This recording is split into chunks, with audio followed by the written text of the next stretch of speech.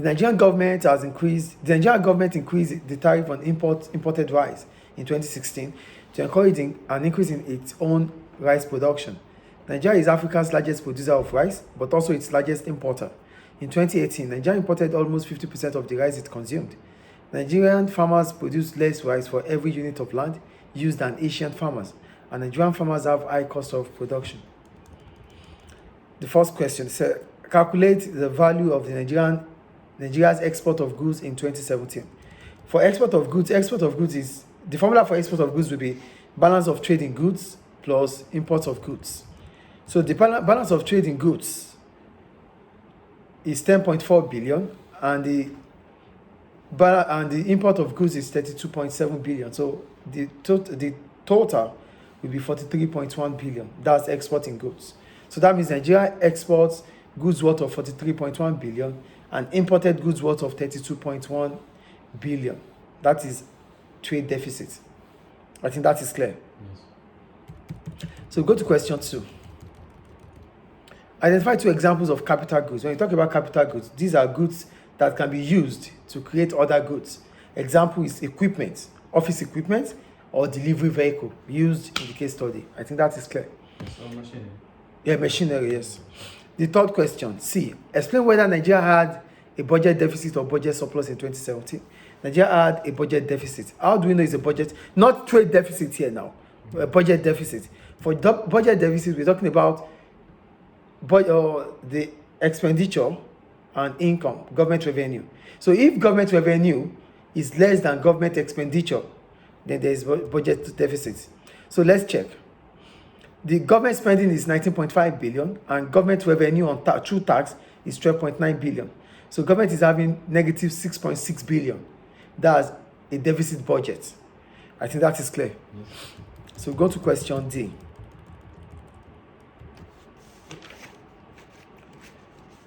Explain how government spending on training may increase tax revenue in the long run. So if government spend on training increases the skills of workforce or workers, which will in turn increase productivity.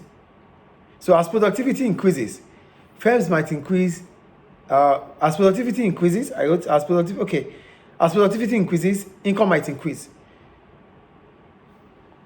Which what? How will income increase? Income will increase because firms will be making more revenue, and that might make them to increase wages of workers. So income will increase. As income increases, income tax will increase. Do you get the point there? So the third point I make is about there's 2 points, right? 2 points, yeah. Oh, okay. That was the 2 points. But also I talked about higher wages. Training would encourage workers to get higher wages, and higher wages may increase spending, which might also increase indirect taxes. Yes. So I'm just giving the third point here. Do you get it? Yes. All right. So we go to question E. They say, analyze how living standards in Nigeria compare with living standards in Ethiopia in 2017. So Nigeria has a higher GDP per head, which means Nigerians may have enjoyed more goods and services. Nigeria has a higher GDP per head, which means the GDP, an increase in GDP would be as a result of output in the economy. So that means Nigeria is having better, more benefits through production than Ethiopia. That's the first point. The second point I talked about is that Nigeria has a lower life expectancy than Ethiopia, based on the case study. Yes. 59, 60. Yeah, see, Ethiopia has 63, Nigeria has 59. So if Ethiopia has a high life expectancy than Nigeria, it means Nigeria is having poorer health care. And it's been said even in the case study. Yes. So that's the second point. The third point I make about Nigeria is that Nigeria has a higher average number of years spent in school than Ethiopia. So this means that the workforce of Nigeria are more educated than the workforce of Ethiopia. And this could also reflect in the output of Nigeria. Is it clear? Yeah. So that's about D. F. That's E, right? Now, F. Analyze how a government could encourage firms to increase their investment. So government could encourage firms to increase their investment, one, through lowering of corporate tax or cutting corporate tax. If corporate tax is cut, This increases profit for firms. As a result, they might be able to invest more on expansion or production. Is it clear? The second point I make is by providing subsidies. Subsidies provision would reduce cost of production. As cost of production reduces, new firms might even want to step into set up into the country or encouraging multinationals to come in. Yes. And the third point I make is about reducing interest rate. Reduction of interest rate would make borrowing to become cheaper. Firms might be able to borrow more to invest on capital goods. Consumers might be able to borrow more to spend on consumption. So either ways, revenue would increase for firms. Is it clear? Yes. And due to high level of demand, revenue will increase. So that's about F. Then we'll go to G. It said, discover whether or not an increase in Nigeria's population will benefit its economy. I said an increase in the population might not benefit the Nigerian economy based on the following reasons. One, dependency ratio might increase due to birth rate rising. The birth rate is increasing in Nigeria. And if birth rate is increasing, it means dependency ratio will increase. But we're going to have more children. More dependency ratio, that means a lot of people will depend. The number of dependents will increase. The number of those that are working. One, people will have to fall back to start taking care of the children or to start taking care of the old ones.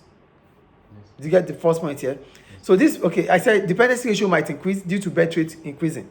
So this means more resources might be devoted into children care than economic usage. So now we won't be thinking about how to increase economic goods, how to increase productivity, how to increase output. We'll be thinking about how to ensure that the children that are being, the children that are born are being, they are able to sustain. Or government might spend on children.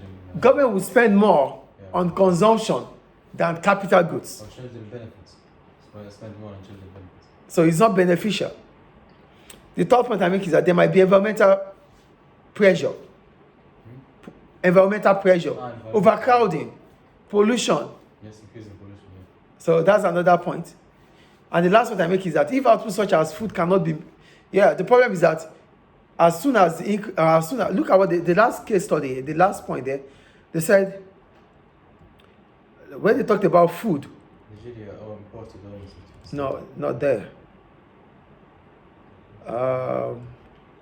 Farmers produce less rice. I want to see where they talked about food. Yeah, I think that's. Yeah, they said may harm the environment and more food will be needed.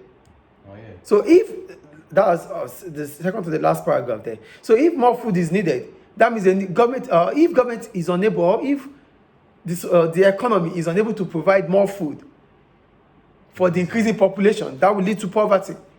So these are the reasons why increase in population might not be good enough for Nigerian economy.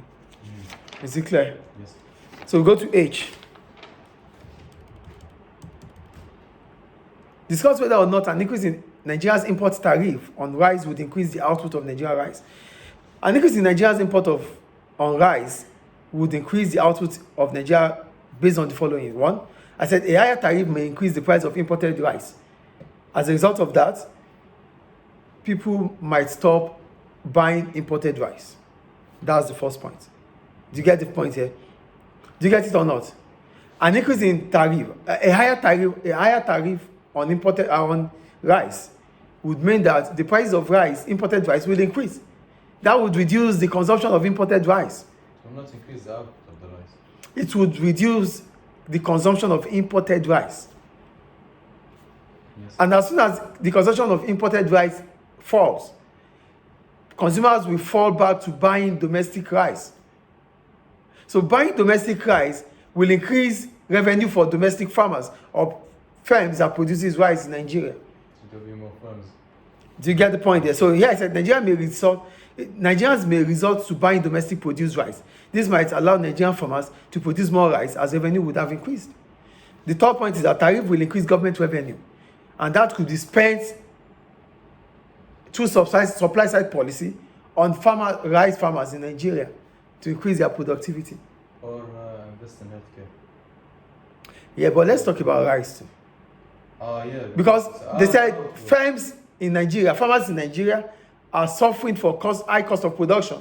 So if tariff is increasing on importation of rice, that means government revenue would increase through tariffs. And as government revenue increases through tariffs, government can use supply side policy or fiscal policy subsidy to encourage farmers so that their cost of production would fall. That would make them to produce more rice.